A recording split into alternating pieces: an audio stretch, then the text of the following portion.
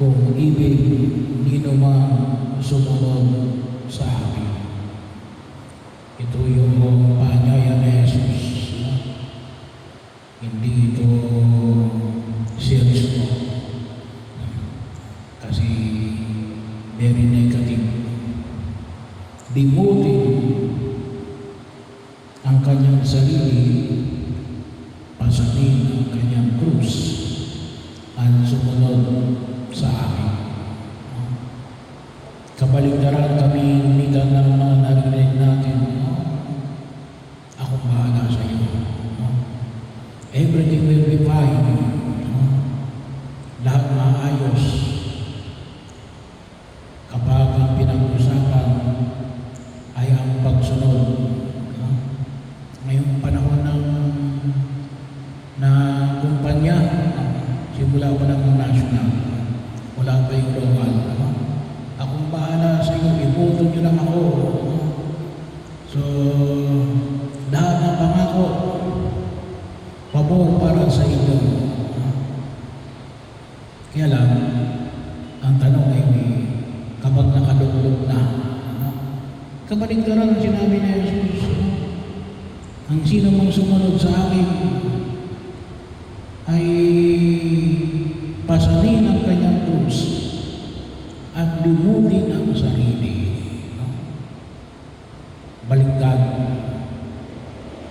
Ang tawagin natin dito ay self-empty, pagtatakwil sa sarili, pagkaalis ng sarili. Kabaligtaran ng alin? Kabaligtaran ng makasarili. Bahagi yun eh. Kaya nga bahagi ng pagkilos na ipinakaralan sa atin ang buong may kapal. Yung kung tutusin na, ito ay against human existence. Kasi yung pagkilala ng tao yan, sabi nga, iligtas mo ang iyong sarili.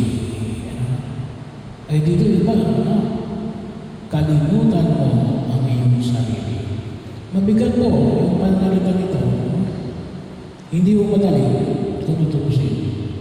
Yung paana ay pinapahayag ni Jesus. Kalimutan mo ang iyong sarili. Bahagi rin po na makita mo natin kaya sa hindi na mo sa apat na pong araw ng paghahanda natin sa panahon ng Kwaresma. Sinalapot na yung panahon ng Kwaresma. Kulang-kulang 2 linggo na lang. Pero kaya bahagi ng pagkilos, hindi lang sa panahon ng Kwaresma. Ngunit sa pang-araw-araw ng pagkilos ay pinamamanig ng buong minapag. Sapagkat ang kalimitan sa ng kasalanan ay alay. Pagiging makasarili. Paano ang paglalabanan ng kasalanan?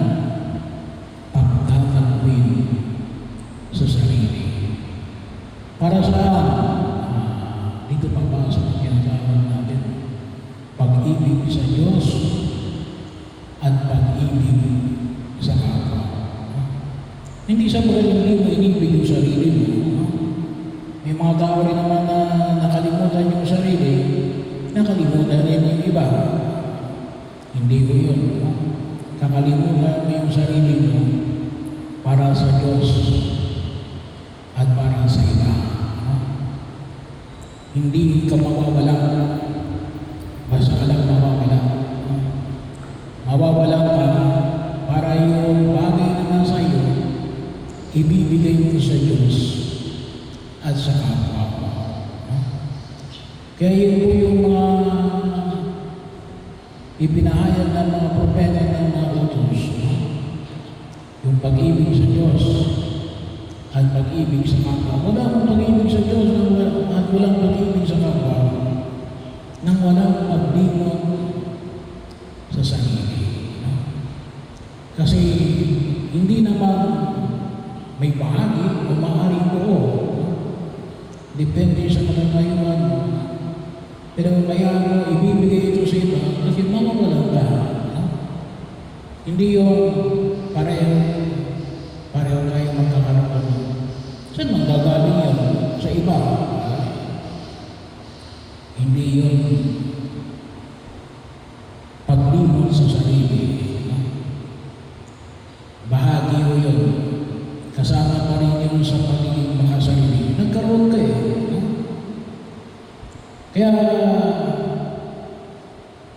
bahagi yun ng pagkilos na sa ating mga ginagawa, maging ito man ay sa larangan ng panalangin, sa larangan ng mabuting halimbawa, sa larangan ng kawang-kawa, ay sana po magpasalamat tayo sa mga pagkakataon inihanda natin yung ating sarili sa paghahandog, pagbabahagi, paglilimot sa ating sarili. Sapagkat ito